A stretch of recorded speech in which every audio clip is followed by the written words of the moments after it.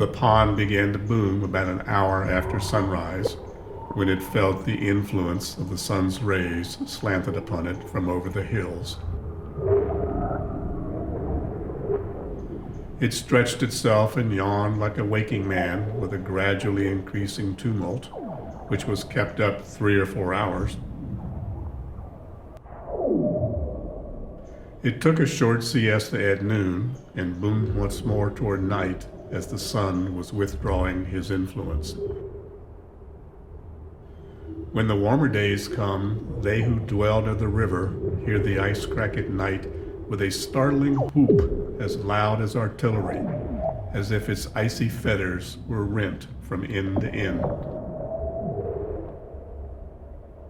He heard a low and seemingly very distant sound, but singularly grand and impressive, unlike anything he had ever heard, gradually swelling and increasing as if it would have a universal and memorable ending, a sullen Russian roar, which seemed to him all at once like the sound of a vast body of fowl coming in to settle there.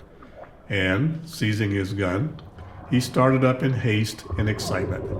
But he found, to his surprise, that the whole body of the ice had started while he lay there and drifted into the shore, and the sound he had heard was made by its edge grating on the shore.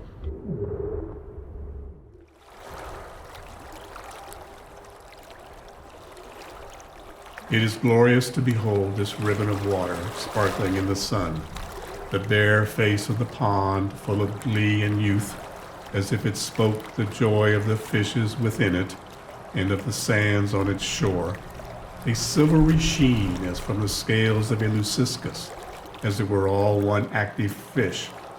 Such is the contrast between winter and spring. Walden was dead and is alive again.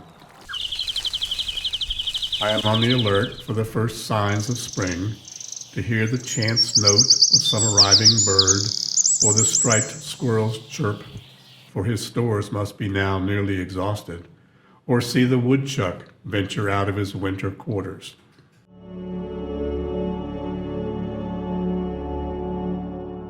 Our village life would stagnate if it were not for the unexplored forest and meadows which surround it. We need the tonic of wildness, to wade sometimes in marshes where the bittern and the meadow hen lurk, and hear the booming of the snipe, to smell the whispering sedge where only some wilder and more solitary fowl builds her nest, and the mink crawls with its belly close to the ground. At the same time that we are earnest to explore and learn all things, we require that all things be mysterious and unexplorable, that land and sea be infinitely wild, unsurveyed, and unfathomed by us because unfathomable. We can never have enough of nature. We must be refreshed by the sight of inexhaustible vigor, vast and titanic features, the seacoast with its wrecks, the wilderness with its living and its decaying trees, the thundercloud and the rain which lasts 3 weeks and produces freshets.